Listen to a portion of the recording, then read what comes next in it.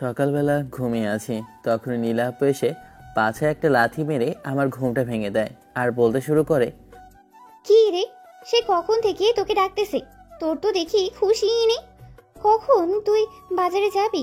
এরপরে খাওয়া দাওয়া করে তোকে তো ক্লাসেও বেরোতে হবে। তোর তো দেখি কোনো কিছুরই খবরই নেই।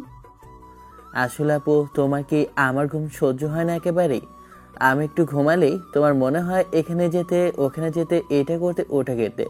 তোমার এত হিংসা কেন আমার ঘুম নিয়ে? তুই কিন্তু এখন আমার হাতে থাপ্পড় খাবি। তুই কি বাজারে যাবি নাকি আর একটা লাথি খাওয়া লাগবে তোর? খালা দেখো, তোমার মেয়েটা কি করে, সারাদিন আমাকে দিয়ে কাজ করায়, এরপরও শান্তি নেই। এইটা করো ওইটা করো, এইটা যা ওইটা যা, এটা করিস না এইটা করিস না, মানে আমাকে সারাদিন শাসন করে।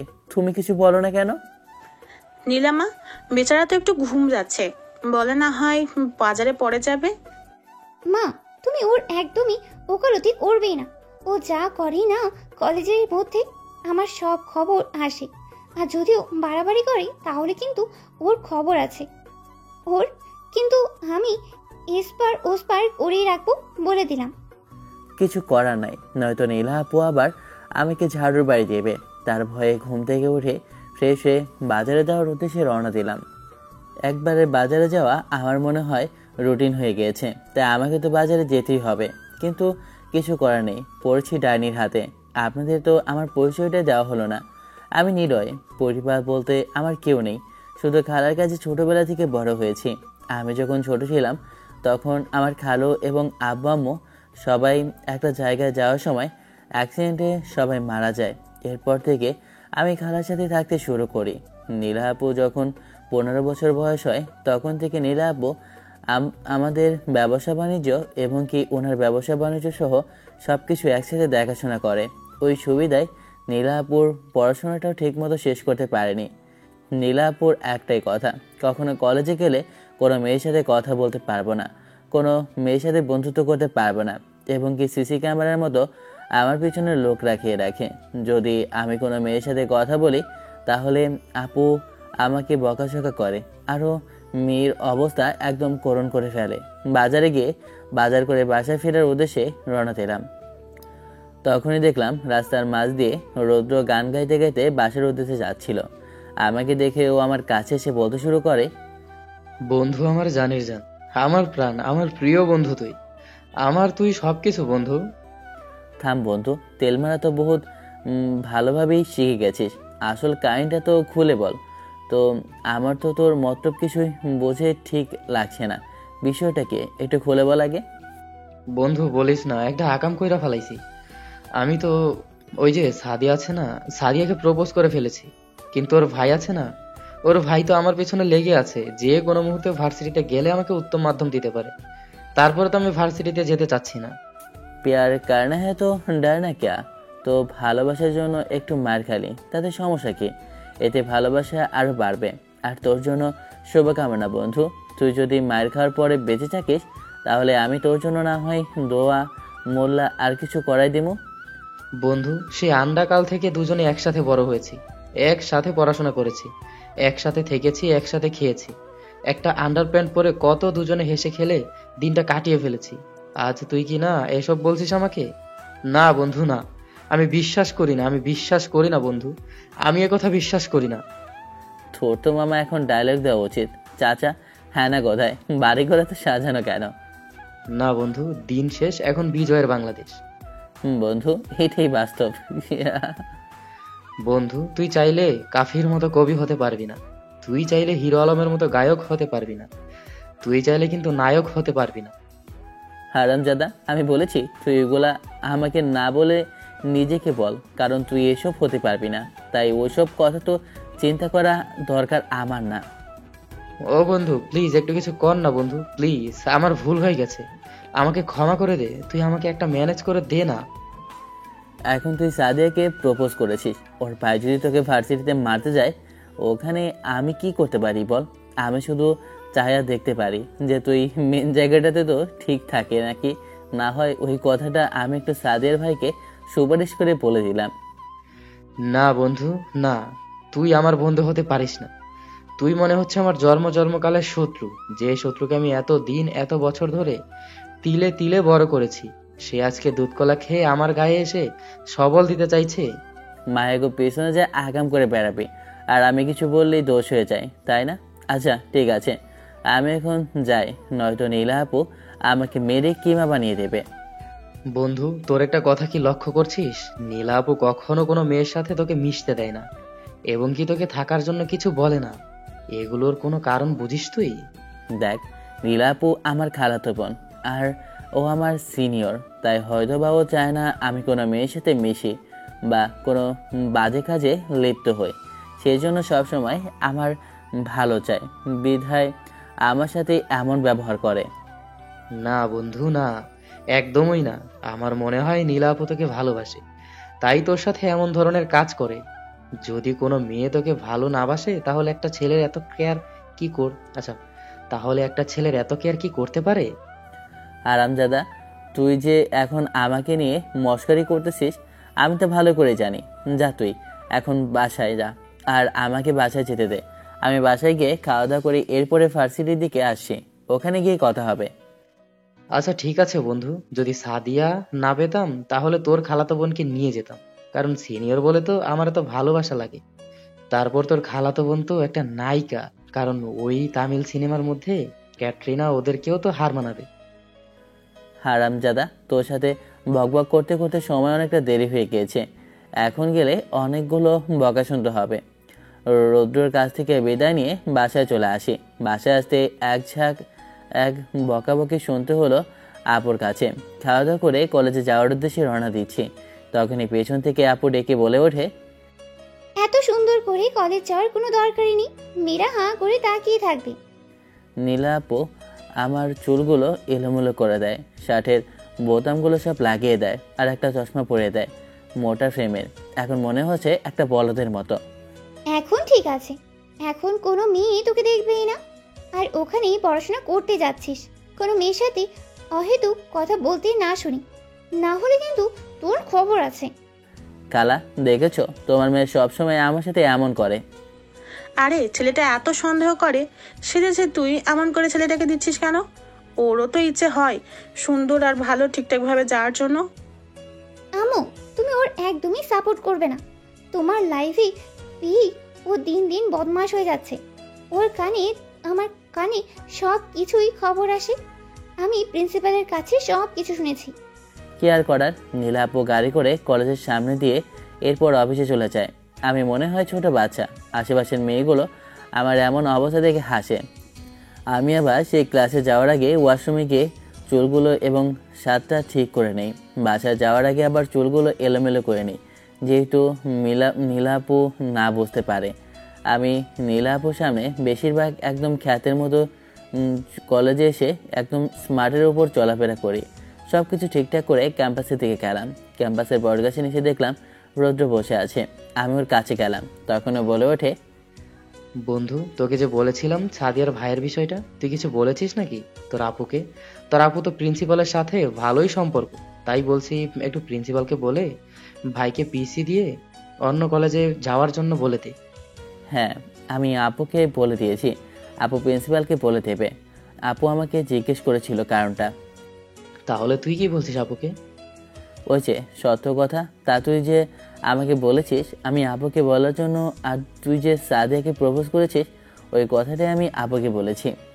হারাম জাদা, তোর জন্য তো আমি দেখতেছি এখন বাসায়ও যেতে পারবো না। আগে তো হয়তো বা কলেজটা বন্ধ, তো এখন তো দেখছি আমার রাস্তায় বের হওয়াটাও এখন ভয়ের। তুই জানিস না তোর আপু যেমন রাগের এবং যে ডেঞ্জারাস, ও যদি আমাকে রাস্তাঘাটে কোথাও পায় তাহলে তো ওখানে পিটি একদম লাশ করে ফেলবে। তোকে কথা বলতে কে বলেছে? তুই শুধু বলতে যে ওই ছেলেটা তোকে মারার জন্য হুমকি দিয়েছে, তাহলে তো তোর আপু ওকে কিংবা বানিয়ে ছেড়ে দিত। কি দরকার আছে? যদি আপু জানতে পারে তাহলে তো ছেলেটাকে শুধু মারতোই না, ওর লাশ কিন্তু গায়েব করে ফেলতো, কারণ আমার গায়ে কেউ হাত তোলার সাহস পায় না। যদি নীলা আপু শুনতে পায় কেউ আমাকে কিছু বলেছে, ওকে তো মেরে কলেজ থেকে বের করে দেয়। তাহলে তুই কিভাবে, আমি এই কথা বলে ওকে কি ছেড়ে দিব?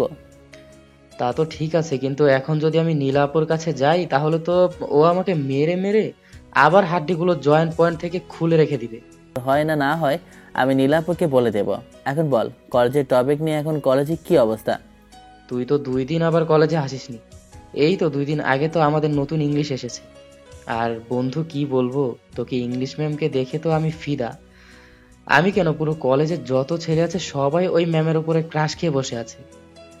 কিরে বন্ধু, তুই না সাদিয়াকে ভালোবাসিস, তাহলে তুই ইংলিশ ম্যামের এমন প্রশংসা কেন করছিস? আরে বলিস না বন্ধু, এই কথাটা সত্যি যে ম্যামটা এসেছে, উনি এতটাই সুন্দর যে আমাদের পুরো কলেজকে যদি আশেপাশের কলেজগুলো চেক করে, সবগুলো মেঘ থেকে উনি সব থেকে সুন্দরী। আর সব ছেলেরা ওনার লাইন ধরে আছে ওনার সাথে কথা বলার জন্য। ভালো তো, সুন্দর বলে যে পেছন পেছন ঘুরতে হবে এমন না। সব সুন্দরী কিন্তু ভালো হয় না। রূপ দেখেই কারো বিবেচনা করা যায় না কি কেমন সে ওপরে সুন্দর কিন্তু ভেতরে আছে তার হিংসা কিনা আর কত কি নোংরামি, এগুলো আমার প্রয়োজন নেই ভাই। ওরে আমার বন্ধু ভদ্রতা দেখাচ্ছে। আচ্ছা যাই হোক, ক্লাসের তো সময় হয়ে যাচ্ছে। আবার তুই 2 দিন ক্লাসে ছিলি না, ম্যাম তো তোকে অনেকবার নাম ডেকেছিল কিন্তু পাইনি। আজকে পেলে তো তুই একটু প্রশংসা পাবি। তোর কথা শুনে তো মনে হচ্ছে আমাকে আজকে মনে হয় বকাঝকা দেবে। এই কথাটা সত্যি যে মেয়েটা আমাদের কলেজে নতুন ইংলিশ টিচার হয়ে এসেছে। কোনো একটু রাগী স্বভাবের মানুষ উনি, সব সময় পড়াশোনা নিয়ে একটু আগ্রহী। কেউ যদি ক্লাসে না আসে তাকে তো বকাঝকা, আচ্ছা তাকে তো বকাঝকা দেয়, এরপরে হুমকিও দেয়। আর ওনার হুমকিগুলো খুবই মজাদার, তুই দেখলে কিন্তু অনেক মজা পাবি। এখন চল ক্লাসে যাই। আচ্ছা ঠিক আছে চল। এরপরে আমি আর রুদ্র দুজনে ক্লাসে যাই, এক এক ক্লাসগুলো অ্যাটেন্ড করি। একটু সময় পর ইংলিশ ম্যামের ক্লাস শুরু হয়, কিন্তু এখনও ইংলিশ ম্যাম ক্লাসে আসে না। আমি কি করব, বসে আছি, কিন্তু হঠাৎ করে আমার চোখে কেমন জানি ঘুম আসা শুরু করলো। আমার এমনই স্বভাব, যদি কোনো কাজ কাম না করি তাহলে ঘুম অটোমেটিক্যালি আমার চোখে ভর করে। যখনই সবাই গুড মর্নিং ম্যাম বলবে আমি তো লাফ দিয়ে উঠে পড়ি। তখনই চোখ খুলে তাকাতে আমার চোখ যেন উপরের আসমানে উঠে গিয়েছে, কারণ আমি আমার লাইফে এমন সুন্দরী মেয়ে জীবনেও দেখিনি। আমি তো মেয়েটার টানা চোখের দিকে তাকিয়ে মুগ্ধ হয়ে গেলাম। এত সুন্দরী একটা মেয়ে কি করে হতে পারে? আমি তো মনে হচ্ছে কোনো এক অজানা দেশে হারিয়ে গেলাম, অসম্ভব এক রমণীর চোখের মায়ায় যে আমি হারিয়ে ফেলেছি। কত মেয়ের সাথে কথা বলেছি কিন্তু কখনো কাউকে এইভাবে দেখিনি। ওকে দেখার পর আমার কেমন জানি না মনের মধ্যে লাড্ডু ফুলতে শুরু করলো। আমার মনের ভিতর ভালোবাসা জন্মাতে শুরু করলো। এটা ভালোবাসার বাগান যেন আমার মনের ভিতরে ফোটতে লাগলো। প্রথম দেখায় আমি যে মেয়েটার প্রেমে পড়ে গেলাম। আমি তো মুখ খুলে হা হয়ে এক দৃষ্টিতে ওনার ঠোঁটের দিকে তাকিয়ে আছি। উনি কি শব্দগুলো বলছে আমি অনুভব করছি। তখনই উনি আমার উদ্দেশ্যে আমাকে দেখে বলে ওঠে। উনি তো আমাকে বলেই যাচ্ছে, কিন্তু আমি তো কোনো কথাই শুনতেছি না, কারণ আমি তো ওনার ঠোঁটের দিকে তাকিয়ে আছি।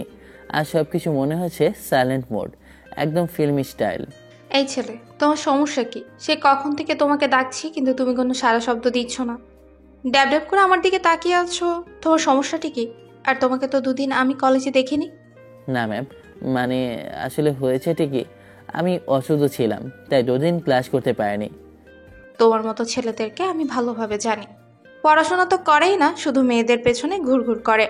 ওদের কাজই হয়েছে এমন। ম্যাম হয়তো জানে না আমি যে কলেজে সব থেকে টপ, তাই এই কথা আমাকে বলেছে। উনি আর মেয়েদের বেশি বলতে গেলে আমি কোনো মেয়ের সাথে কথা বলি না, মেয়েরা এসেই আমার সাথে কথা বলতে চায়। তোমার আবার কি হয়েছে? হা করে তাকিয়ে আছো কেন? তোমাকে যে আমি কিছু প্রশ্ন করেছি তা তোর কোনো উত্তরই দিতে পারছো না, তারপরে হা করে তাকিয়ে আছো। তোমাদের মতো ছেলেদেরকে নিয়ে না কি যে করব আমি নিজেও জানি না। আপনার কাছে রেখে দেন না, তাহলেই তো হয়ে যায়। আমি তো আপনার মায়ে আবদ্ধ হয়ে গেছি। তুমি আবার কি বলছো? স্পষ্ট করে বলো, কিছু তো বুঝতে পারছি না। না ম্যাম, কিছু তো বলতেছি না আমি। না, আমি ভাবতেছি যে আমি তো স্টুডেন্ট হিসাবে খারাপ, তাই ভাবলাম আপনার কাছে গিয়ে যদি পড়াশোনাটা স্টাডি করি তাহলে হয়তো বা খুব ভালো হয়। ম্যাম, ও আপনার কাছে শুধুই গোল মারছে, আপনাকে শুধু শুধু পটানোর চেষ্টা করছে। তোমার কথা আমি ঠিক বুঝতে পারলাম না। গোল মারছো মানে? আসলে ম্যাম হচ্ছে আমাদের ক্লাসে সবার টপ, আর ও বিগত 3 বছর ধরে আমাদের টপ হয়ে আছে। সেজন্য ওকে কোনো স্যার ম্যাডাম কিছু বলে না। আর যে বলেছেন ও আসে না, আসলে 2 দিন অসুস্থ ছিল সেজন্য আসতে পারেনি। আর মেয়েদের কথা বলছেন, মেয়েরা নিজে থেকে এসে ওর সাথে কথা বলতে চায়, ও কখনো কোনো মেয়ের সাথে কথা বলতে চায় না। কিন্তু আমি তো দেখলাম টবের মধ্যে আবির নাম লেখা। ও তো নয়, নিলয়। ম্যাম, ওর নাম আবির আহমেদ নিলয়। সেজন্য নিক নামটা ইউজ করে নিলয়, তাই ওর খেলার মধ্যে খেলা আছে আবির। আমার সম্পর্কে সবকিছু শোনার পর ম্যাম কিছু বললো না, সোজা ক্লাসের দিকে গেল। ক্লাসে গিয়ে আমাদেরকে স্টাডি করাতে লাগলো। সত্যি বলতে ম্যামের মতো এমন একটা সুন্দরী মেয়ে আমি আমার লাইফে দেখিনি। যদি কোনো মেয়ের প্রতি আমার দুর্বলতা কাজ করে তাহলে হচ্ছে এই মেয়েটা, যাকে দেখে আমার ভালোবাসা জন্ম নেয়। ম্যামকে দেখে মনে হয় আমার থেকে হয়তো বা 2-3 বছরের বড় হবে, এর বেশি না। তো ম্যাডাম কি 2-3 বছরের কোনো বিষয়ই না, আমি এটাকে ম্যানেজ করে নেব। এখন পড়ানোটাই বড় কথা। আমি এগুলো ভাবছিলাম, তখনই রুদ্র ডাক দিয়ে বলে ওঠে, কিরে মামা, তুই আবার কি সব ভাবছিস? কাহিনী তো বুঝতেছি না। সে ক্লাসও দেখছি তুই ম্যাডামের দিকে হা করে তাকিয়ে আছিস। তোর তো ঠিক রাখছে না রে আমার। আসলে সত্যি বলতে মামা, আমি কিন্তু প্রেমে পড়ে গিয়েছি। বলতে গেলে ওই ম্যাডামটার প্রেমে পড়ে গেছি। এখন কি করা যায় বলতো? বন্ধু, কি বলিস তুই? তুই কখনো কোনো মেয়ের প্রেমে পড়বি এটা আমি তো ভাবতেও পারিনি। তার উপর এটা যদি তোর বাসায় নীলাপু জানতে পারে তাহলে তো তোর খবর আছে। এমনিতেই নীলাপু কোনো মেয়ের সাথে যদি কথা বলিস ওই মেয়েটার 12টা বাজায়, ওকে কলেজ থেকে বের করে দেয়। ম্যাডাম এখন কি হবে? আরে বন্ধু, তুই চাপ নিছিস কেন? ম্যাডাম দেখি তো কিছু হবে না। আর নীলা আপু বসতে পারবে না, কারণ নীলা আপু বসবে আর ম্যাডাম আর স্টুডেন্ট দুজন স্টাডি করেছে, কিন্তু আমরা দুজনে তো প্রেমে স্টাডি করব। এটা তো নীলা আপু জানতেই পারবে না। কি প্ল্যান বল? বন্ধু, তোর তো দেখি সিনিয়র মেয়ের প্রতি লোভ, ঘরে বাইরে সবকিছুই তোর সিনিয়র। শালা, ঘরে তো আমারও বোন হয়। যাই হোক, আমার খালাতো বোন, তাই বলেছে ও আমাকে ভালোবাসে বা আমাকে নিয়ে এমন ধরনের কোনো চিন্তা করে তা আমি মানি না। সেজন্য আমারও একটা অধিকার আছে, আমারও ভালোবাসার একটা হক আছে। আমি তাই করছি। আর আমি ম্যাডামকে দেখে ভালোবেসে ফেলেছি, তাই ওনাকে আমার কথাটা বলতেই হবে। বন্ধু, তুই যদি আমাকে ট্রিট দিস তাহলে আমি তোকে একটা ম্যাডামের সাথে কথা বলার মতো সুযোগ করে দিতে পারি। কিভাবে সুযোগ করে দিবি? দে না মামা, তোকে আমি কথা দিচ্ছি, ঠিক দেব। ম্যাডাম এই পথ দিয়ে প্রতিদিন রিক্সা খুঁজে 10 মিনিট ধরে, আর রিক্সা খুঁজে পায় না, কখনো অনেক সময় লেগে যায় রিক্সা পাওয়ার জন্য। আমার বাইকটা নিয়ে তুই যদি ম্যাডামের সামনে গিয়ে ওনাকে লিফট দিস তাহলে উনি তোর সাথে চলে যাবে। এই সুযোগে তুই ওনার বাড়িটাও দেখতে পারবি আর কথাগুলোও বলতে পারবি। ওই হিসেবে কতটা ভালো হবে বল? তোর তো আইডিয়া তো খারাপ না, কিন্তু আমি বাইক নিয়ে গেলে যে ম্যাম আমার গায়ে উঠবে তার তো কোনো গ্যারান্টি নেই। তার উপর ম্যামের যদি বয়ফ্রেন্ড থাকে তাহলে তো সমস্যা। এরপর হচ্ছে গিয়ে ম্যামকে দেখতে লাগে একদম তামিল সিনেমার নায়িকার মতো। তাই বলে ম্যাম আমাকে পাত্তা দেবে না আমার মনে হচ্ছে না। বন্ধু, তুই কিন্তু নায়কের থেকে কম না। তো কি হয়েছে, জুনিয়র সিনিয়র কি প্রেম হয় না? সে নিজের প্রেম আরো বেশি হয়। স্টোরি আমি কথা দেখেছি। তুই যা, তোদের মধ্যে একটা বন্ডিং হয়ে যাবে, আমি ভরসা আছে। বন্ধু, কথায় আছে না, দিলাম দোয়া করে খাবি ভিক্ষা করে, তোরটাও এমন। তাই আমি তোর দোয়া চাই না।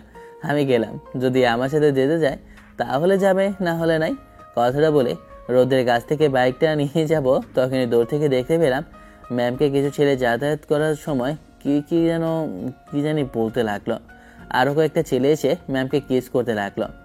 তাই আমি বাইকটা নিয়ে ম্যামের কাছে গেলাম, যার পর ম্যামকে বলে উঠলাম, আপনাকে বাসায় যাচ্ছেন, চলেন আমি আপনাকে বাসায় নামিয়ে দেই। আমাকে দেখে ছেলেগুলো ওখান থেকে চলে যায়। ছেলেগুলো আমাকে ভালোভাবে জানে, আমি আবার মারামারির মধ্যে ওস্তাদ আছি। না, সমস্যা নেই, আপনি যান। আমি এখান থেকে একটা রিক্সা নিয়ে বাসায় চলে যাব। আপনি আমাকে আপনি করে বলতে পারেন না। আমি আপনার স্টুডেন্ট হিসেবে আপনাকে তুমি করে বলতে পারেন। আর আপনি এখানে গাড়ি আজকে পাবেন না, এমনিতে জায়গাটা ভালো না। আমার সাথে গেলে সেফলি বাসায় যেতে পারবেন। আসলে সত্যি বলতে আমি শুধু ক্লাসের মধ্যেই তুমি করে বলতে পারি, আর বাইরে আপনি করে আমার বলার স্বভাব।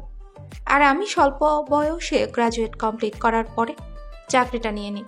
আর মনে হচ্ছে তুমি আমার থেকে মাত্র 2 বছরের জুনিয়র হবে, এজন্যই আমি তুমি না বলে আপনি বলছে। আচ্ছা, যাই হোক, আপনার যা বলে শান্তি তাই বলবেন। এখন কি যাবেন কি না তাহলে আমি চলে গেলাম। কথাটা বলে গাড়িটা স্টার্ট দিতে যাব, তখনই ম্যাম পেছন থেকে বলে ওঠে, আপনি এমন কেন? একটা মেয়ে না বলবে তাই বলে কি মেয়েটাকে এইভাবে ছেড়ে আপনি চলে যাবেন? একটু বা না করে বায়না করলে বুঝিয়ে বলে তো গাড়িতে উঠাতেই পারেন, তাই না? ম্যামের এমন কথা শুনে তো আমি মোটেও প্রস্তুত ছিলাম না যে উনি এমন ধরনের কথা বলবে। আমি তো হা করে ওনার মুখের দিকে তাকিয়ে রইলাম। তখনই উনি আবার বলে উঠল, এভাবে হা করে তাকিয়ে আছেন কেন? মশা ঢুকে যাবে তো। নাকি আর কখনো মেয়ে দেখেননি? ম্যাম যে কখন পেছনে বাইকে উঠে কথাটা বললো আমি বুঝতেই পারলাম না। আমি তো একটা ধ্যানের মধ্যে চলে গেলাম। কি হলো? আপনি তো দেখি মুখের মধ্যে তালা মেরে দিলেন। চলেন তাড়াতাড়ি, বাসায় যেতে হবে তো। বাসায় গিয়ে আবার রান্না করতে হবে। আজকে আমার রান্না করা হয়নি, এমনিতে অনেক দেরি হয়ে গেছে। তাড়াতাড়ি গাড়ি স্টার্ট দেন। হ্যাঁ, তো স্টার্ট দিয়েছি। কথাটা বলে আমি কয়েকটা স্টার্ট দিয়ে ম্যামের বাসার উদ্দেশ্যে রওনা দিলাম। আমি ভাবতেও পারিনি ম্যাম যে এত সহজে আমার বাইকে উঠে যাবে। আচ্ছা, আপনি যদি কিছু মনে না করেন আমি আপনাকে একটা প্রশ্ন করব। আমি এই কথাটাই ভাবছিলাম যে আপনি কোনো কথা বলছেন না। আপনার পেছনে একটা সুন্দরী মেয়ে বসে আছে, কিন্তু আপনি চুপচাপ বসে আছেন। আর আপনি এতটাই ভদ্র যে একটা ব্রেকও মারছেন না। যা বাবা, আমি তো ম্যামের কথা শুনে একেবারে ভেবাচিকা খেয়ে গেলাম। আমি কি ওনাকে পটানোর চেষ্টা করব, উনি দেখি নিজে থেকে আমাকে পটিয়ে ফেলেছে। বিষয়টা বুঝলাম না। তখন একটা কাশি দিয়ে বলে উঠলাম, আচ্ছা আপনাকে তো ম্যাম ম্যাম করছি। ম্যাম ম্যাম করতে করতে তো আমার কাছেও কেমন কেমন লাগছে। তা তো আমি লক্ষ্য করছি। ভাবছি আপনাকে বলবো, পরে আবার দেখা গেছে নিজে থেকে বললে আপনি আবার কি ভাবেন। আচ্ছা যাই হোক, আমার নাম শ্রাবণী, আমাকে শ্রাবণী বলেই ডাকবেন। আর আপনি আপনি না করে এখন থেকে তুমি করেই বলবেন। শ্রাবণী নামের কথা শুনে তো আমার খুব অদ্ভুত লাগছে, কারণ এমন কথা উনি আমার সাথে বলবেন আমি কখনো আশাও করিনি। ওনার সাথে কথা বলতে বলতে ওনার বাসায় চলে এসেছি। এখন তো আপনি করে বলতে নাই বারণই করেছে, তাহলে তুমি করে বলতে ক্ষতি কি? তাহলে তো ভালোবাসার পাপড়িটা আস্তে আস্তে বাড়তে থাকবে। কি বলেন আপনারা? শ্রাবণী বাইক থেকে নেমে আমাদের দেশে দেখে বলতে লাগলো, তোমাকে ধন্যবাদ আমাকে এখানে বাসায় না দেওয়ার জন্য। আর আমি জানি ছেলেগুলোকে তুমি মনে হয় কিছু বলেছ, তাই ওরা ভয়ে ওখান থেকে পালিয়ে গেছে। বাসায় যেহেতু চলে এসেছো, তাহলে আসো তোমাকে একটা চা খাওয়াই। সুযোগটা তো পেয়েছি, তাহলে না করব কেন? তাই শ্রাবণীর সাথে ওর বাসায় চলে গেলাম। বাসায় গিয়ে দেখে কেউ নেই। তখন প্রশ্ন করলাম, আচ্ছা বাসায় কেউ নাই কেন? জন্মের পরে আমার মা মারা যায়। এরপরেই আমার বাবা আমাকে মায়ের আদর দিয়ে লালন পালন করে। কিন্তু বাবা আমাকে সময় দিতে পারে না, কারণ উনি সবসময় আমি পড়াশোনায় খুব ভালো ছিলাম, তাই আমি বিদেশ চলে যাই। বিদেশে গ্রাজুয়েট কমপ্লিট করে দেশে আসি। দেশে আমার কিছুই ভালো লাগে না, তাই আমি তোমাদের ওখানে ইংলিশ টিচার হিসেবে জয়েন নিয়েছি। শ্রাবণীর বাসাটা দেখে আমি তো পুরো অবাক হয়ে গেলাম, কারণ ওর বাড়িটা যত বড় আমার বাসাটাও না। মনে হয় শ্রাবণীর বাবা অনেক বড় লোক, তাই ওদের এত সুন্দর বাসা। আমি আরো অবাক হয়ে গেলাম শ্রাবণীর মুখের কথা শুনে। এটা আমাদের অরিজিনাল বাসা না, আমাদের অরিজিনাল বাসা গুলশানে। আমি এখানে থাকি বিলাই আব্বু এখানে বাড়িটা করে দিয়েছে। আর আব্বু দেশে ঠিক তেমন একটা আসে না। এসব বলতে বলতে শ্রাবণী আমার জন্য চা বানিয়ে নিয়ে আসে। আমি চাই চমক দিয়ে অবাক। কি বলবো বলো, বাবা মেয়ে এত সুন্দর একটা চা বানাতে পারে, তারপর নিজের কাজ নিজে করে। আচ্ছা, আপনি কেন কোনো কাজের লোক রাখেন না? আমি না আপনাকে বলেছি আপনি করে না বলতে, এরপরে কেন বলছেন? ঠিক আছে বলবো। তুমি যদি আমাকে তুমি করে বলো তাহলে বলতে আমার কোনো সমস্যা নেই। সুযোগের সদ্ব্যবহারটা লাগিয়ে দিলাম। তখনই, আচ্ছা ঠিক আছে বলবো। আসলে আমি কাজের লোক রাখি না, কারণ আমি নিজের কাজ নিজে করতে পছন্দ করি। আমি মানুষকে দিয়ে কাজ করাই না। আমি আমার কাজের মধ্যে আমার মাকে খুঁজে পেতাম, কারণ আমার মা সবসময় ঠিকভাবে গুছিয়ে রাখতো সব কিছু। ও তোমার সাথে তো কথা বলতে বলতে ভুলে গেলাম, আমাকে তো রান্না করতে হবে। আচ্ছা তুমি যদি কিছু মনে না করো তোমাকে একটা কথা বলবো। হ্যাঁ বলো, সমস্যা নেই। এখানে মনে করার মতো তো কোনো বিষয় দেখছি না। না, আমি কি তোমাকে তোমার কাছে হেল্প করতে পারি? না সমস্যা নেই, আমি নিজেই করতে পারি।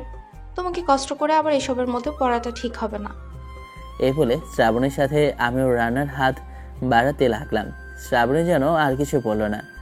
আমি শ্রাবণীর হাত থেকে পেস্টটা নিয়ে খোলা খুলতে লাগলাম।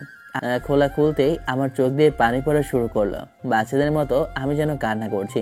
তখন শ্রাবণী হা হা করে হাসতে লাগলো। আমি তো অবাক হয়ে ওর হাসির দিকে তাকিয়ে রইলাম, কারণ ওর হাসির মধ্যে কেমন জানি একটা মায়া লুকিয়ে আছে।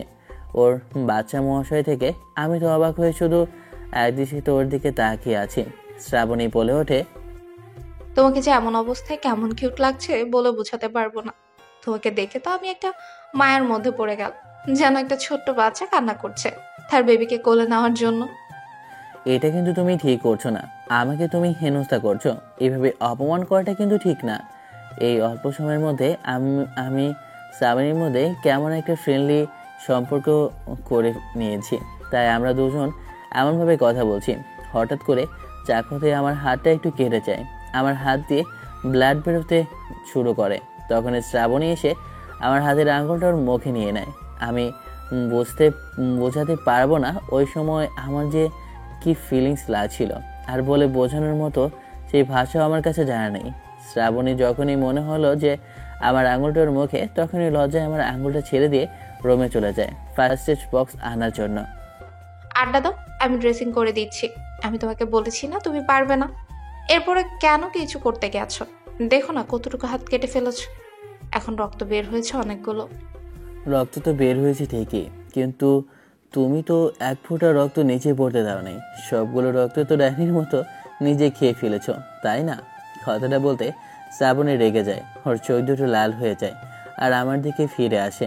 আমার দিকে এসে আমাকে আমার বুকের মধ্যে মারতে থাকে আর বলতে লাগলো, কি শয়তান ছেলের বাবা, আমি ডাইনি তাই না? আজকে হচ্ছে তোরে মেরে আমি কিনা কিমা বানিয়ে ফেলবো। তুই আমার আর ডাইনি বলিস? বজ্জাত খাটাস পোলা কোথাকার। শ্রাবণী এসব বলছে আর আমার বুকের মধ্যে কিলগুছি দিতে লাগলো। তখনই হুট করে শ্রাবণীর পা পিছলে আমার গায়ের দিকে ধপ করে পড়ে গেল। আমি শ্রাবণীর চোখের দিকে এক নয়নে তাকিয়ে আছি। শ্রাবণী আমার দিকে তাকিয়ে আছে, আর শ্রাবণীর প্রশংসা আমার উপরে একদম লেপ্টে আছে। আমি তো ওর দিকে কতক্ষণ ওইভাবে তাকিয়ে আছি, আমার কোনো খেয়ালই নেই। তখন শ্রাবণী লজ্জায় আমার শরীর থেকে উঠে যায়। আমি খেয়াল করলাম শ্রাবণীর মুখটা লজ্জা একদম লাল হয়ে গিয়েছে। ওর ফর্সা মুখে একদম স্পষ্ট লজ্জা ঠিক ভেসে উঠেছে, তা আমি দেখতে পাচ্ছি। তখনই আমার হাতে থাকা ফোনটা বেঁচে ওঠে। ফোনটা হাতে নিয়ে দেখি নীলাপও কল করেছে। আমার তো মনেই ছিল না, কারণ আমি তো এত সময় ধরে যে শ্রাবণীর সাথে ওর বাসায় আছি আর এটি ফিস করছি, তার তো আমার কোনো খবরই নেই। ভয়ে ভয়ে কলটা রিসিভ করতেই, কি রে, তুই কোথায়? সে কখন কলেজে ছুটি দিয়েছে? আমি তো রুদ্রকে কল করে বলেছি। আর তুই নাকি কোথায় গিয়েছিস? তুই কোথায় গিয়েছিলি? কাউকে না বলে আমাকেও বলিসনি। আমার তো আজকে মিটিং ছিল, বিদায় আসতে লেট হয়েছে। তুই এখনো আসিসনি, কই আছিস? আমি তো ভয় পেয়ে গেলাম নীলাপুর এমন রাগী কথা শুনে।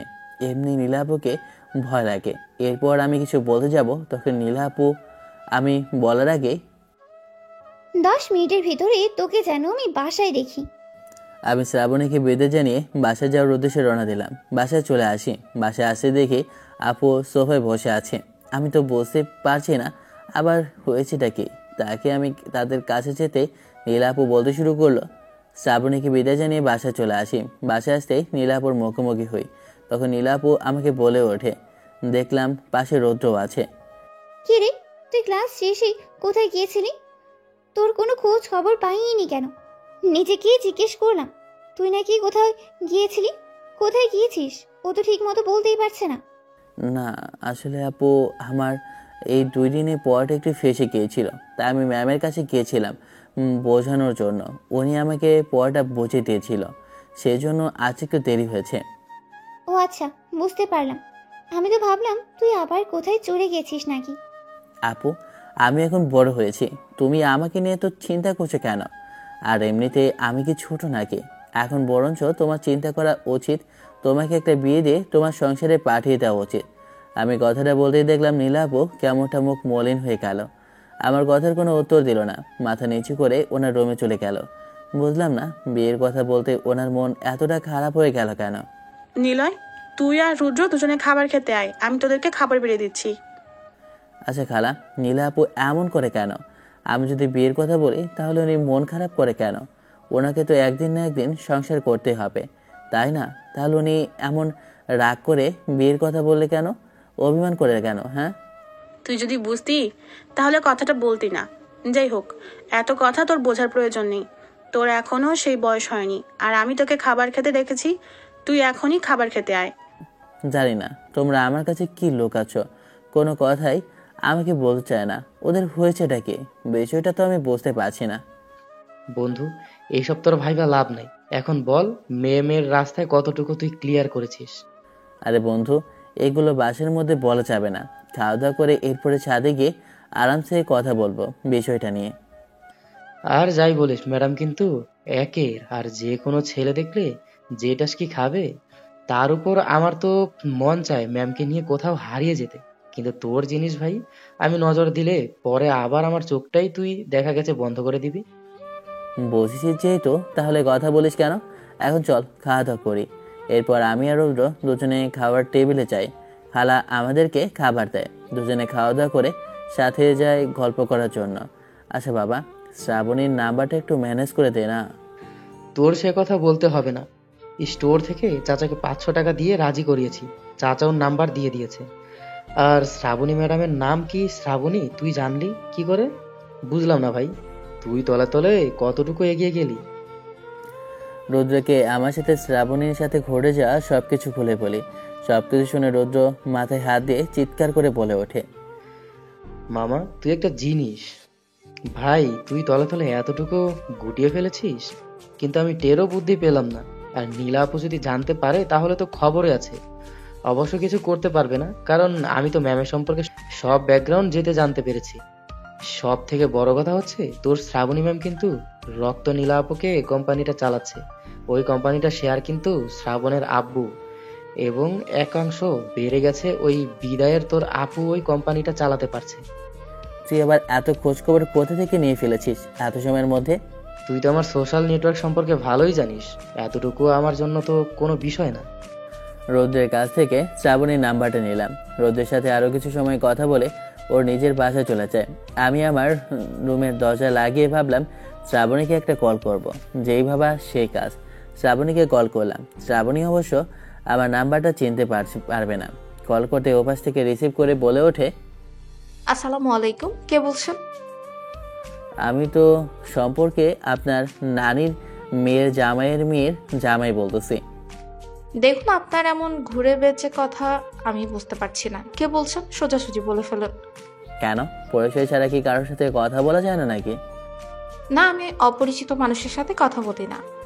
মনে করেন আমি আপনার একজন পরিচিত মানুষ, যে পরিচিত মানুষের সাথে আপনি কথা বলে আপনার মন দিলে সব কিছু একদম ভালো হয়ে যাবে। আপনি কি ম্যাজিশিয়ান? জানেন নাকি যে আপনি আমার মন দিল সবকিছু ভালো করে দেবেন? যদি আপনি চান তাহলে আমি ম্যাজিশিয়ান হয়ে যাব, আর যদি বলেন আমি পাখি হয়ে ডানা মেরে আপনাকে নিয়ে উড়ে বেড়াবো। যদি চান আপনার মনের ঢেউতে আমি সাঁতার কাটিয়ে আপনাকে নিয়ে ঘুরে বেড়াবো। মনে তো হচ্ছে আপনার প্রেমের অভিজ্ঞতার কোনো শেষ নেই। এত অভিজ্ঞতা নিয়ে ঘুমান কিভাবে? কিছু অভিজ্ঞতা তো বিক্রি করতে পারেন, তাই না? তাহলে কিছু পয়সা আসবে। আমি তো বিক্রি করতে চাই, কিন্তু আপনি কিনবেন নাকি? ও মা, তাই নাকি? তা কি বিক্রি করতে চান একটু শুনি তো। আমি তো আমার মন বিক্রি করতে চাই, আপনি নেবেন নাকি? সমস্যা নেই, দাম দেওয়া লাগবে না, আপনাকে সস্তাতেই দিয়ে দেব। না থাক, ধন্যবাদ, লাগবে না। সস্তা জিনিসের কোনো মূল্য থাকে না, ওদের মধ্যে ভেজাল থাকে। আমি তো আপনাকে একদমই সস্তায় দিচ্ছি না, বিনিময়ে তো একটু কিছু নিয়েই যাব। ও মা, তাই নাকি? তা কি নিতে চান? আর কি জন্যই বা বিনামূল্যে নিতে চান? ওই যে আপনার বুকের বাঁ পাশে যে ঘরটা খালি আছে, ওই ঘরটা আমি ভাড়া নিতে চাই। বিনিময়ে না হয় আমার মনটা আপনার কাছে একটু সঁপে দিলাম। আপনি তো অনেক ফাজিল ছেলে, শুধু দুষ্টমি করেন। আপনার কণ্ঠটা খুব চেনা চেনা লাগছে। বলুন তো কে আপনি? কেন এত সহজে ভুলে গেলেন? মাত্র বাসায় গিয়ে রান্না করে দিয়ে আসলাম, আরও পরে তো কত কি করতে হবে আল্লাহ জানে। মিথ্যে কথা বলার আর কোনো জায়গা নেই, তাই না? আপনি রান্না করেছেন একটা পেঁয়াজ কাটতে গিয়ে হাত কেটে ফেলে, আবার নাকি আমাকে রান্না করে দিয়েছেন। হ্যাঁ, যতটুকু করেছি ততটুকুই তো আপনার জন্য অনেক কিছুই, তাই না? আমি যে কাজটা করেছি অন্য কেউ অবশ্য আপনাকে কাজটা করে দিত, বলুন তো? আপনি না অনেক ফাজিল হয়ে গেছেন, তাই এমন ধরনের কথা বলছেন। কেন, আপনি আছেন না শাসন করার জন্য? ম্যাম হয়ে একটু না হয় রোমান্টিকভাবে শাসন করে দিবেন। আপনি কিন্তু বেশি বেশি করছেন। আপনার কিন্তু খবর আছে, আগামীকালকে ক্লাসে আসেন, তখন দেখবেন আপনারা আমি কি করি। কথাটা বলে শ্রাবণী কলটা কেটে দেয়। এরপর আমি আর কিছু না বলে ঘুমিয়ে পড়ি। সকালবেলা খুবই সকাল সকাল ঘুম থেকে উঠে ভার্সিটি যাওয়ার উদ্দেশ্যে রওনা দিয়েছি। তখনই খালা আমাকে ভার্সিটিতে যেতে দেখে বলে ওঠে, আজকে সূর্য কোন দিক দিয়ে উঠেছে বুঝলাম না। আজকে কি পশ্চিম দিকে উঠলো নাকি? না কেন? আগে তো তোকে ঘুম থেকে উঠানো যেত না। আজকে দেখি হঠাৎ করে তুই সকালবেলা ঘুম থেকে উঠে আবার ক্লাসেও যেতে চাচ্ছিস, কাহিনীটা কি? না খালা, তেমন কিছু না। আসলে আজকে একটা এক্সট্রা ক্লাস আছে, তাই যেতে হবে খুবই সকাল সকাল। মিলাও তো এখনো ঘুম থেকে উঠে নাই, ওর সাথে দেখা করে যাবি। ও না জানলে পরে। মিলাও তো এখনো ঘুম থেকে উঠে নাই, ওর সাথে দেখা করে যাবি না? ও যদি জানে তুই চলে গেছিস তাহলে তো রাগ করবে। তার উপর এখনো নাস্তা বানানো হয়নি। আমি তো ভাবলাম তুই আরো কিছুক্ষণ পরে উঠবি, এই সময়ের মধ্যে আমি নাস্তা বানাবো। খালা, তুমি নীলা আপুকে বুঝিয়ে বলো আমার ক্লাস আছে, আমি গেলাম। আর আমি এখন খাবো না, বাইরে খেয়ে নেব। আমি গেলাম, টাটা। খালাকে কথাটা বলে আমি ভার্সিটির উদ্দেশ্যে রওনা দিলাম। আম্মু, নিলয় কোথায়? রুমে দেখছি না। ও কি কোথাও গিয়েছে? তোমাকে কিছু বলেছে? ও তো সকালবেলা বললো ওর নাকি ক্লাস আছে, আর কেউ সকাল সকাল চলে গিয়েছে। আমি ওকে বলেছি নাস্তা করার জন্য, নাস্তা করেনি। কিন্তু আমি যতটুকু জানি ও তো এত সকাল কোনো ক্লাসই নেই। আর যদি থাকতো তাহলে তো প্রিন্সিপাল আমাকে সব কিছুই বলতো। তাহলে ও কোথায় গিয়েছে? আমি এক্ষুনি খবর নিচ্ছি। ভার্সিটির ক্যাম্পাসে যে বসে আছি, এখনও রৌদ্র ভার্সিটির দিকে আসেনি। কিছুক্ষণ পর দেখলাম রৌদ্র হাই তুলতে তুলতে আসেছে। ওকে দেখে বলে উঠলাম, কিরে মামা, কখন আসার কথা ছিল তোর আর আসলি কখন? আর শ্রাবণী কি খবর? ও যে আসে না নাকি? হ্যালো হারামজাদা, ম্যামের নাম ধরে ডাকছিস, তোর লজ্জা করছে না? আজকে তো তোর খবর আছে। কেন বন্ধু, আমি আবার কি করেছি যে আমার খবর আছে? আমি জানি না, কিন্তু শ্রাবণী ম্যাম মনে হয় তোর 12টা 13টা বাজাতে পারে। কিন্তু এতটুকু আমি খবর নিতে বুঝতে পেরেছি যে শ্রাবণী ম্যাম তোর প্রেমে পড়ে গিয়েছে। তুই শুধু প্রপোজটা করলেই হবে। তুই কি সত্যিই বলেছিস আমি প্রপোজ করলে শ্রাবণী ম্যাম রাজি হবে? আমি একটা সত্য কথা জানতে পেরেছি, কথাটা তোকে বলবো, কিন্তু ভাবছি বলবো না, কারণ তুই শালা আমাকে ট্রিট দিলি না। হারামজাদা, তোকে বললাম না দেবো আজকে, তুই এমন করিস কেন? বন্ধু বল না, কি সত্যি কথা? জানতে পারলে আমার তো আত্মা আর সহ্য হচ্ছে না। শালা হারামজাদা, থাম, বলছি। এভাবে করিস না, আমার তো পুরো গাঁটটা ভেঙে যাবে। তোর মনে আছে আমি আর তুই যে একবার ট্যুরে গিয়েছিলাম বান্দরবনে? ওখানে ট্রেনে করে যাচ্ছিলাম। হ্যাঁ মনে আছে তো। ওই সময় তো একটা মজার ঘটনা ঘটেছিল। কিছু ছেলে মেয়ে একটা মেয়েকে চিপস করছিল। তখনই আমি গিয়ে ওই ছেলেগুলোকে যে একটা মায়ের দিয়েছিলাম, মায়ের গুলো খাওয়ার পরে তো ছেলেগুলো একদম বাবুলা হয়ে গিয়েছিল।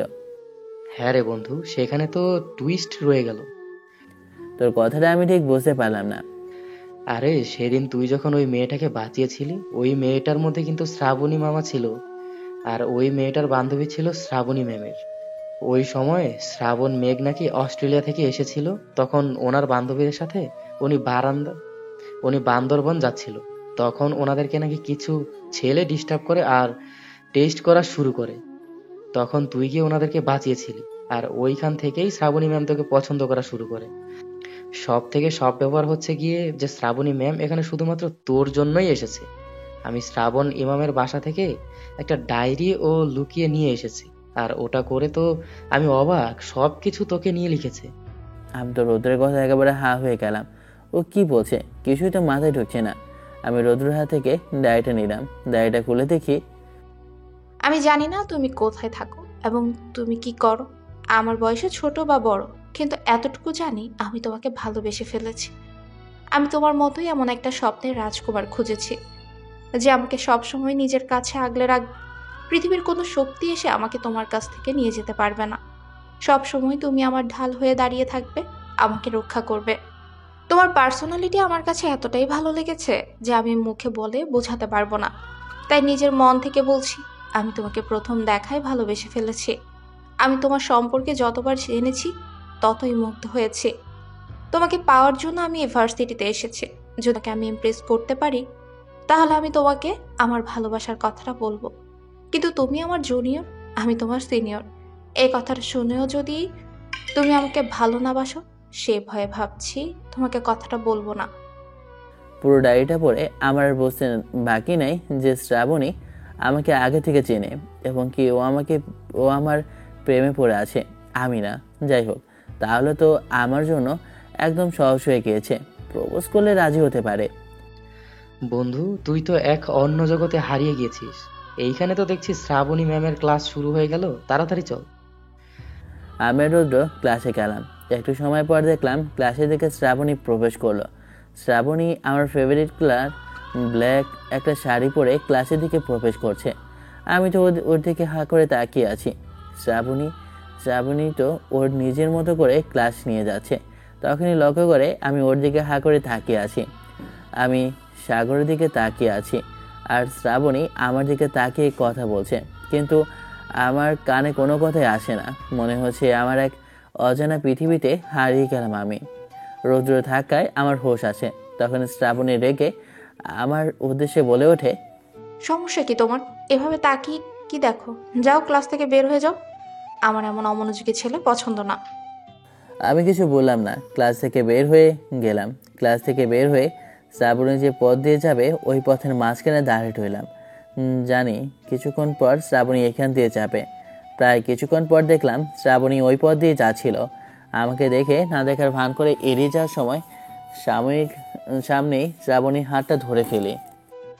এই যে, আপনার তো সাহস কম না? আপনি একজন ম্যাডামের হাত ধরেছেন। আপনি জানেন না আমি আপনার টিচার? আমি তো জানি আপনি আমার রোমান্টিক টিচার। আপনার তো দেখে অনেক সাহস। এখন যদি আমি চিল্লিয়ে বলি এই ছেলেটা আমার সাথে খারাপ ব্যবহার করছে, তখন তো রাস্তার আশেপাশে যত মানুষ আছে সবাই আপনাকে এসে পিটিয়ে একদম ল্যাংড়া বানিয়ে ফেলবে। কি হয়েছে, মানুষ তো অনেক কিছু করে, আমি না হয় ভালোবাসার জন্য একটু মাইটাই খেলাম। মা, পিচ্চি ছেলের দেখে সাহস দেখো কত বড়। দিন দিন বেড়েই যাচ্ছে সাহস। এদিকে আবার ভালোবাসার কথাও বলে। শ্রাবণী কথাটা বলতে আমি ওর হাতটা দিয়ে একটা টান দিই। সোজা শ্রাবণী আমার বুকে এসে পড়ে। আমি ওর কোমরটা চেপে ধরি। তখনই শ্রাবণী খাপা খাপা গলায় বলে ওঠে, এ কি করছেন আপনি? আমার খুব ভয় লাগছে। আমি জানি কেমন কেমন লাগছে। এটা হচ্ছে ভালোবাসা।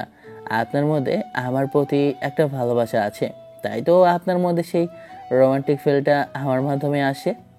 এ কি বলে এই শয়তান ছেলে? আমি তোমার ম্যাডাম, আর ম্যাডামের সাথে এমন লুচুমি করতে তোমার লজ্জা করছে না? আমি একটা রোমান্টিক ম্যাডামকে ভালোবেসে ফেলেছি, এখন কি করব বলেন? আমার তো লজ্জা নাই, তাই না? কথাটা আমি শুনে আমি শ্রাবণীর ঠোঁটটা আমার ঠোঁটের সাথে এক করে দিই। প্রায় 5 মিনিট পর ছেড়ে দিয়ে এরপর বলে উঠি, তাহলে আমি চলে গেলাম। আমার জন্য মেয়ের অভাব নেই।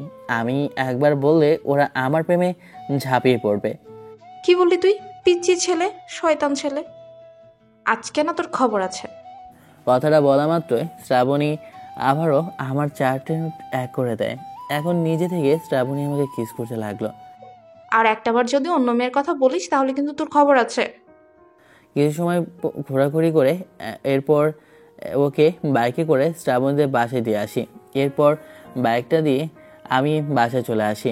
আমি বাসায় এসে দেখি রৌদ্র দাঁড়িয়ে আছে আর খালা ওখানে সামনে আছে। নীলা তো রেগে রয়েছে, আমি বুঝতে পারছি না। তখন রৌদ্র ইশারা দিয়ে বলে যে নীলা আপু সব কিছু জেনে গিয়েছে। আমি কাছে যেতে নীলা আপু বলে, তোকে আমি কতবার বলেছি কোনো মেয়ের সাথে তুই যেহেতু না চলা করে করিস, আর শেষমেশ তুই কিনা আজকের পর থেকে যেহেতু ওই মেয়ের সাথে তুই না কথা বলিস, এটাই আমার শেষ কথা। নীলাপুর মুখে এমন কথা শুনে আমার মাথায় প্রচুর পরিমাণ গরম হয়ে যায়। তখন আমি নীলাপুকে উদ্দেশ্য করে বলতে শুরু করি, দেখো নীলাপু, ছোটবেলা থেকে দেখে এসেছি, আর তুমি যা বলছো তা করতে হবে, যা ইচ্ছে তাই করতে হবে। আমার কোনো স্বাধীনতা বলতে কিছুই নেই। আমি কাকে ভালোবাসবো আর কাকে ভালোবাসবো না এটা আমার একান্ত ব্যক্তিগত বিষয়। এই বিষয় নিয়ে আমি চাই না তুমি ইন্টারফেয়ার করো। তোমার জন্য আমি কখনো কোনো কিছু করতে পারিনি, বন্ধুর সাথে একটু আড্ডাও দিতে পারি না, নিজের মনের মতো একটু চলতেও পারি না। তোমার যা ইচ্ছে আমাকে তাই করতে হবে? আমি কোনো পুতুল না যে তুমি আমাকে যা বলবে আমি তাই করতে বাধ্য থাকবো। আর আমি ওই মেয়েকে ভালোবাসি, আমি ওর সাথে কথা বলবো, এইটাই আমার শেষ কথা। কথাটা বলে উপরে চলে যায়, কারণ নীলার প্রতি প্রচুর পরিমাণ আজকে রাগ উঠে গেল। খালা পেছন থেকে অনেক ডাকাডাকি করলো, কিন্তু খালার একটা কথা শুনলাম না। না মা, ওকে ডাকো না। আমারই ভুল হয়েছে, ওকে এতটা শাসন করা আমার উচিত হয়নি। আমি তো ভুলেই গিয়েছিলাম, আমি তোর আপন কেউই না। যদি আমি ওর কেউ হতাম তাহলে আজকেও এমন কথাগুলো আমাকে বলতেই পারতো না। আসলে আমি খুবই বোকা, যে কিনা কোনো স্বার্থ ছাড়াই কাউকে কতটা ভালোবেসেছিলাম। তুই এমন মন খারাপ করিস না, ও তোর থেকে ছোট, এজন্য ও এমন কথা বলেছে। দেখবি ঠিক হয়ে যাবে। না মা, আমি আসলেই বোকা, কারণ আমি বুঝতেই পারিনি ও যে কখন বড় হয়ে গিয়েছে। আমি ভেবেছিলাম সে আমাদের ছোটবেলার মতোই, ও ছোটই রয়ে গেছে, যাকে আমি এতটা পছন্দ করতাম। আমি বড্ড বোকা মা, তাই তো আজকে আমার সাথে এমন একটা কিছু ঘটে গিয়েছে। আমি যা কখনো ভাবিনি, পারিনি, আজকে তা আমার সাথে ঘটে গেছে। দেখ মা, তুই কান্না করিস না, তুই শান্ত হ। আমি জানি নিলয় তোর সাথে এমনি রাগের মাথায় বলেছে। ও জানে না, ও যদি সত্যিটা জানতো তাহলে তোর সাথে এমনটা করতো না। না মা, ওকে ওর মতো থাকতে দাও। আমি ওকে আর কোনো কথাই বলছি না। কথাটা বলি আমি আমার রুমে চলে গেলাম। বুক ফাটা কান্না আসছে, কিন্তু কাউকেই বোঝাতে পারছি না। বালিশের মধ্যে মুখ বুঝে কান্নায় ভেসেই বেড়ালাম। অন্য কেউ যদি কষ্ট দেয়, সেই কষ্টটা কষ্ট মনেই হয় না, কিন্তু যদি ভালোবাসার মানুষটা বিন্দু পরিমাণ খারাপ আচরণ করে, তাহলে মনের ভিতরে কতটা জ্বর বয়ে যায় এটা কেউ জানে না।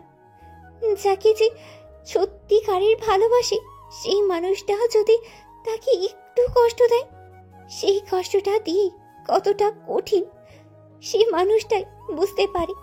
আমার বুকটা এখন কেমন জানি না ছিঁড়ে গিয়েছে, বুকের বাঁ পাশটা কেমন জানি খালি খালি লাগছে, আর ব্যথায় যন্ত্রণায় মনে হচ্ছে আমি নিঃশ্বাস নেওয়ার মতোই অবস্থাই না। কথাগুলো বলার পর স্পষ্ট আমি নীলাপুর চোখ থেকে পানি দেখলাম। আমি কি এই কাজটা ঠিক করিনি? একটা কথা আমাকে আমাকে ভাবাচ্ছে যে নীলাপু আমাকে কেন এত কেয়ার করে। নীলাপুকে আমাকে ওর ভাই হিসেবে দেখে নাকি অন্য কিছু হিসেবে? আর কিছু ভাবলাম না, ঘুমিয়ে পড়লাম। সকালবেলা ঘুম থেকে উঠে দেখি নীলাপু এখনও ঘুমিয়ে আছে। খালাকে জিজ্ঞেস করলাম যে আজকে অফিসে যাবে নাকি। খালা কিছুই বলতে পারছে না, কারণ নীলাপু আমাকে নীলাপু নাকি রাত থেকে এখনো কিছু খায়নি। আমি গিয়ে বাড়ি থেকে ডাক দিলাম, কিন্তু কোনো সাড়া শব্দ পেলাম না, তাই কিছু বললাম না। নাস্তা করে ভার্সিটির উদ্দেশ্যে রওনা দেই। আমার কথা মনে হয় নীলাপু রাগ করেছে, কিন্তু এতটা রাগ করবে আমি ভাবতে পারিনি। যে নীলাপু আমার সাথে 1 মিনিট কথা না বলে থাকতে পারে না, ওর ভালো লাগে না, সে কিনা আজকে সারাদিন আমার সাথে একটা কথা বলেনি। শ্রাবণীকে সবকিছু খুলে বলি। শ্রাবণী সবকিছু শুনে বলে ওঠে, নীলাপু, তোমার কাছে কি এমন কেউ আছে যে তোমার সবসময় কেয়ার করে? আমি জানি না ও কেন আমার সাথে এমন করে, আর কি বা কারণ আমাকে এত কেয়ারিং করার। আজকে তো ভার্সিটি বন্ধ, তাহলে চলো দুজন নদীর পাড়ে গিয়ে একটু ঘুরে আসি। আমি আর শ্রাবণী হাত ধরে নদীর পাড়টা ঘুরতেছি। তখনই শ্রাবণী বলে ওঠে, নীলয়, জানো আমি না তোমাকে অনেক বেশি ভালোবাসি। কথা দাও তুমি আমাকে ছেড়ে যাবে না। সত্যি বলছি পাগলি, তোমাকে আমি কখনো ছেড়ে যাব না। আমিও যে তোমাকে অনেক বেশি ভালোবাসি। জানো নীলয়, আমি যদি পৃথিবীতে মায়ের পরে কাউকে বেশি ভালোবাসি, সেটা হচ্ছে তুমি। আমি একমাত্র মানুষ যে কিনা আমার মায়ের পরে আমার জীবনের থেকেও বেশি ভালোবাসি তোমাকে। আমি আমার বাবার থেকেও এতটুকু ভালোবাসিনি যতটুকু তোমাকে ভালোবেসেছি। আর আমার বাবা তোমার সম্পর্কে সবকিছু বলেছে। আমার বাবা এই সম্পর্ক মেনে নিয়েছে। উনি বলেছে আমার খুশিতে উনি খুশি। শ্রাবণীর সাথে আরও কিছু সময় ঘোরাঘুরি করি। আমি বাসায় যা বলে রওনা দিই। তখনই রৌদ্র কল করতে রিসিভ করে ওপাশ থেকে রৌদ্র বলে ওঠে, বন্ধু তুই কই আছিস? আমি তো টনটন দোকানে আছি, একটা কাজ আছে, একটু দোকানের দিকে আয়। তোর আবার কি হয়েছে? টপ দোকানে কি জন্য যাব? এমনিতে সন্ধ্যা হয়ে গেছে। নীলাপু জানতে পারলে কিন্তু অনেক রাগ করবে। আর এমনিতে আমি এত সময় ধরে বাইরে থাকি। হ্যাঁ, আরে সমস্যা নেই, নীলা আপু তো তোকে আর কিছু বলবে না। ওই দিনের পর থেকে তো বলে দিয়েছে। আরে সেটা তো অভিনয় করে বলেছে, এমনি কখনো হয় নাকি? আচ্ছা আমি আসছি, তুই এড কর। হ্যাঁ, কথাটা অনেকটা ইম্পর্টেন্ট। তুই কথাটা শুনলে অনেক খুশি হবি। কথাটা শুনে আমি আর দেরি না করে রোদের কাছে গেলাম। রোদের কাছে যেতে রৌদ্র আমাকে একটা গিফট দিয়ে বলে ওঠে, এখানে একটা কেক আছে আর তার ভিতরে একটা সারপ্রাইজ বক্স আছে, ওটা তুই আজকে নীলা আপুকে দেবে। তোর কথার আগামাথা আমি কিছুই বুঝতে পারলাম না। কেক দিয়ে কি করব? আর সারপ্রাইজ বক্স সেটা কি জন্য? আরে মামা, তুই ভুলে গেছিস হয়তো, আমি ফেসবুকের ভিতরে ঘুরে দেখেছি আজকে তো নীলাপুর জন্মদিন, কিন্তু তোর তো মনেই নেই। তুই তো তোর ভালোবাসা নিয়ে পড়ে আছিস। বন্ধু, আমি তো একদম ভুলে গিয়েছি। কত বড় একটা মিস করে ফেললাম। আজকে যদি তুই না বলতি তাহলে তো আমি এই দিনটার কথা একদমই মনে ছিল না আমার। তাই বলছি আজকে তুই নীলা আপুকে উইশ করবি। আর এখন অনেক রাত হয়ে যাচ্ছে, বাসায় যা। বাসায় আবার খালা তোর চিন্তা করবে অনেক। রোদের কাছ থেকে বক্সটা নিয়ে আমি বাসায় গেলাম। বাসায় গিয়ে দরজা নক করতে খালা দরজা খুলে দেয়। আমি দেরিতে এসেছি, ভেবেছিলাম যে নীলা আপু কিছু বলবে, কিন্তু নীলা আপু রুমে দেখছি না এখনো। মনে হয় নিজের রুমে বসে আছে। বুঝতে পারলাম না। খালাকে দেখলাম, উনি আমার সাথে কোনো কথা বলছে না। আমি খালাকে জিজ্ঞেস করলাম, খালামণি, নীলা আপু অফিসে যায়নি? নীলা আজকে সারাদিন রুমে বসে আছে, আর ও এখনো কিছুই খায়নি। সারাদিন ধরে রুমের মধ্যে বসে আছে। আমি কতবার দেখেছি, আমার একটা কথাও শোনেনি। কি বলছো তুমি? তুমি যাও, তুমি গিয়ে বলো আমি এসেছি, আর বলো খাওয়ার জন্য আমি এসে নীলাপুর কাছে ক্ষমা চাচ্ছি। কথাটা বলে আমি উপরে চলে গেলাম ফ্রেশ হওয়ার জন্য। আমি ফ্রেশ হয়ে ড্রেস চেঞ্জ করবো, তখনই মনে হলো গিফট বক্সে তো ড্রয়িং টেবিলে রেখে এসেছি। আমি ড্রয়িং টেবিলে যাব, তখন দেখলাম খালার কত শব্দ। নীলাপুর রুম থেকে আসে, তাই আমি নীলাপুর রুমের সামনে গেলাম। তখন আমি খালার মুখ থেকে যে কথাটা শুনলাম, সেটা শোনার পর আমি মোটেও প্রস্তুত ছিলাম না। নীলামা, তুই কেন এভাবে নিজেকে তিলে তিলে কষ্ট দিচ্ছিস? তুই তো নিজেকে সব সত্য কথা বলে দিতে পারতি। ও কখনো জানবে না, ও কখনো বুঝবে না যে তুই ওকে কতটা ভালোবাসিস। আমি জানি নিলয়ের বাবা আর তোর বাবা দুজনে একসাথে তোদের বিয়ে ঠিক করেছিল। তখন হয়তো নিলয় তোর থেকে 4 বছরের ছোট ছিল, তুই সবকিছুই বুঝতি। তখন থেকে তুই নিলয়কে ভালোবাসতে শুরু করেছিস। অন্য ছেলের প্রতি তোর কোনো আগ্রহ ছিল না। তুই তখন থেকে নিলয়ের অনেক কেয়ারিং করতি, কিন্তু নিলয় ছোট ছিল বিধায় ও তেমন কিছুই বুঝতো না। আজকে দেখ, ওই কথাগুলো না বলার কারণে কি হয়েছে। নিলয় আজও জানতে পারেনি যে তুই ওকে কতটা ভালোবাসিস, তোকে নিজের বোন মনে করে। কিন্তু বিষয়টা তো তার না। বিষয়টা হচ্ছে তুই যে ওকে ভালোবাসিস, তাই তো তুই ওকে নিজের করে করে নিজের মনে করে রাখতে চাস, অন্য কারো হতে দিস না। তাই তো তুই এত বাধা দিস ওকে, এত কেয়ার করিস। কথাটা শুনে আমি যেন একদম স্তব্ধ হয়ে গেছি। আমার পায়ের নিচ থেকে মাটি সরে যাওয়ার মতো অবস্থা হয়ে গেল। আমি কিছুতে বলবো তা আমার মুখের মধ্যে আসে না। আমি ওখান থেকে বের হয়ে গেলাম। তখনই খালা নীলা আপুর রুম থেকে বের হয়ে যায়। আমি সোজা খালার কাছে গেলাম। খালার কাছে গিয়ে বলে উঠলাম, খালা, সত্যি করে বলো, নীলা আপুকে আমাকে ভাই হিসেবে দেখেনি? ও কি আমাকে ভালোবাসে? ও আমাকে ভালোবাসা হিসেবে পাত্র হিসেবে দেখে? আমি কিন্তু তোমাকে সব কথাই শুনতে পেরেছি। আমার কাছে কিছু তুমি লোকাবে না। আমি আমার কসম দিয়ে বলছি, তোমাকে আমাকে সত্য কথা বলো। তুই যেহেতু সব কথা শুনতে পেরেছিস, তোকে আমি কিছু লুকাবো না। হ্যাঁ, এটা সত্যি, তোর বাবা আর নীলার বাবা মিলে তোদের দুজনের বিয়ে ঠিক করেছিল ছোটবেলায়। কিন্তু ওই সময় তুই ছিলি নীলা 4 বছরের ছোট।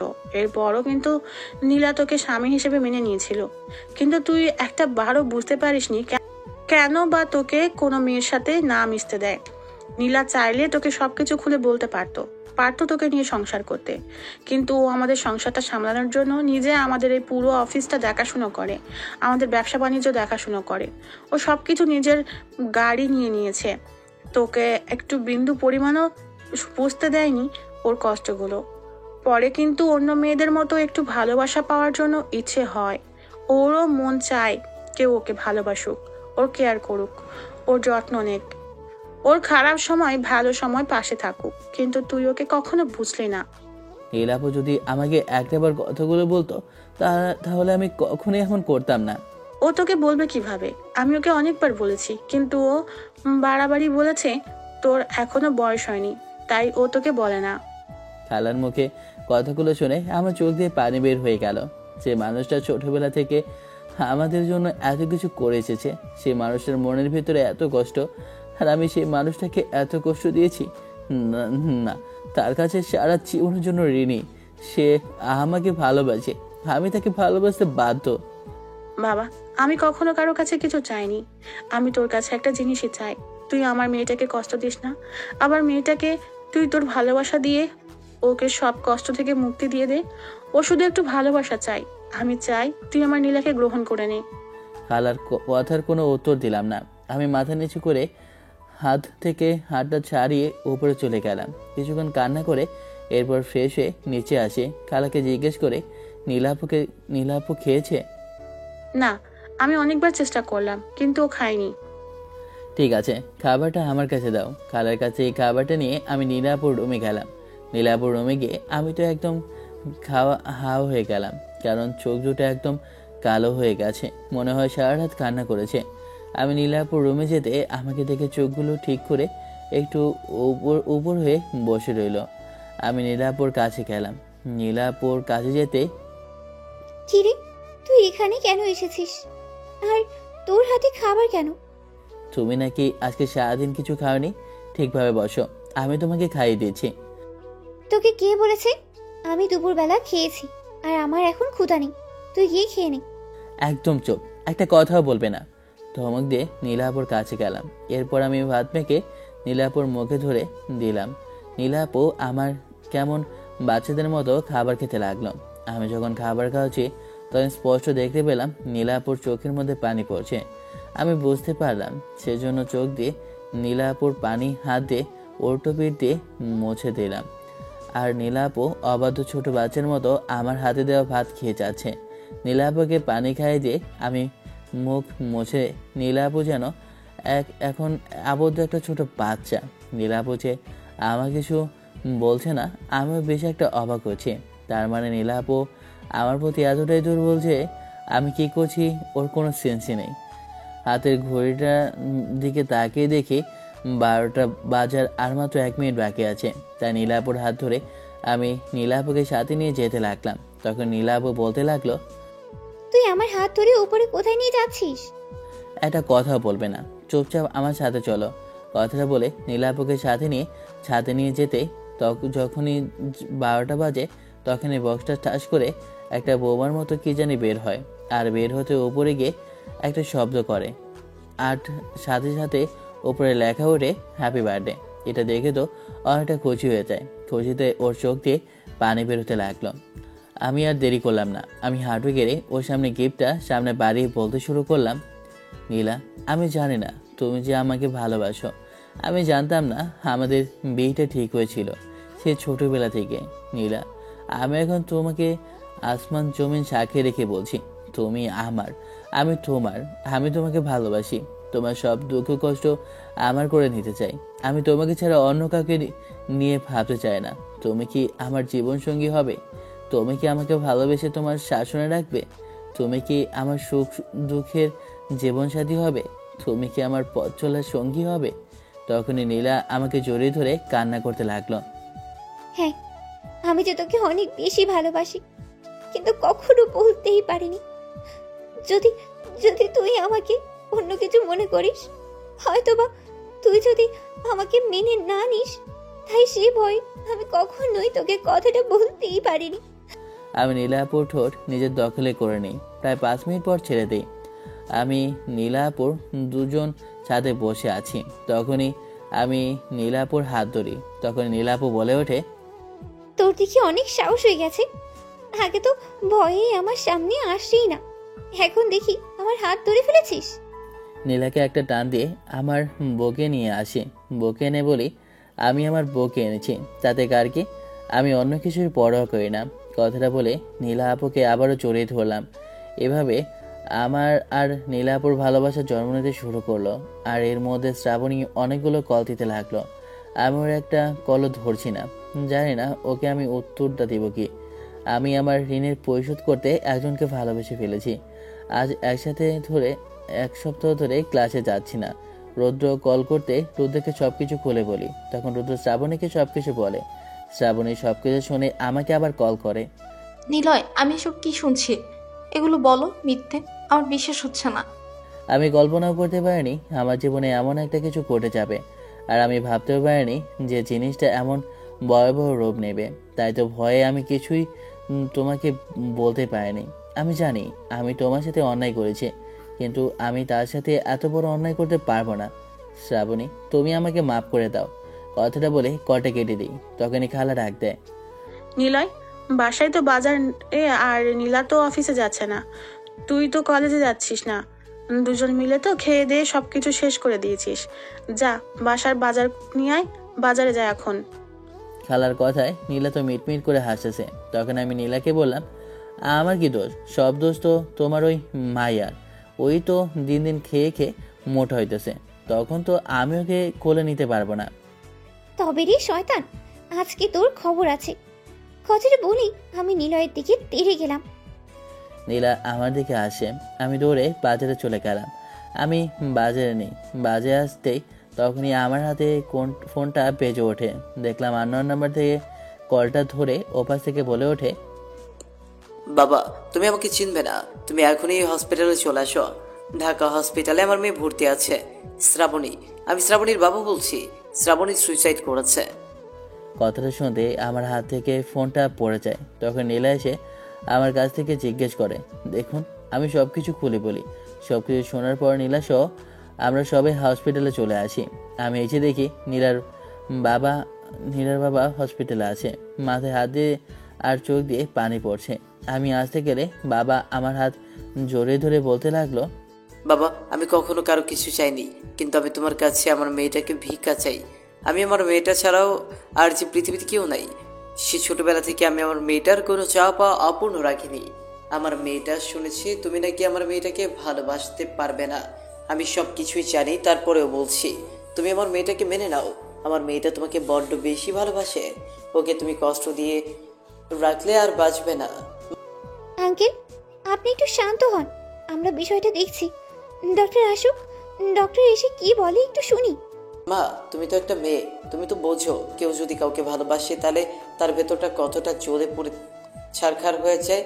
আমার মেয়েটারও এমন হয়েছে। আমার মেয়েটা সহ্য না করতে পেরে নিজেকে শেষ করে দেওয়ার জন্য চেষ্টা করছে। তখন ডাক্তার আসে। ডাক্তার এসে বলে শ্রাবণীর জ্ঞান ফিরেছে। তাই শ্রাবণীর বাবা শ্রাবণীর কাছে যেতে শ্রাবণী চিৎকার দিয়ে বলে ওঠে, বাবা, তুমি আমাকে বাঁচিয়েছো কেন? আমি আমার ভালোবাসার মানুষটাকে পাইনি। আমি এই জীবন দিয়ে কি করব, যাকে আমি আমার জীবনের থেকেও বেশি ভালোবাসি? আমি নীলা বাইরে দাঁড়িয়ে আছি আর শ্রাবণী সব কথা শুনছি।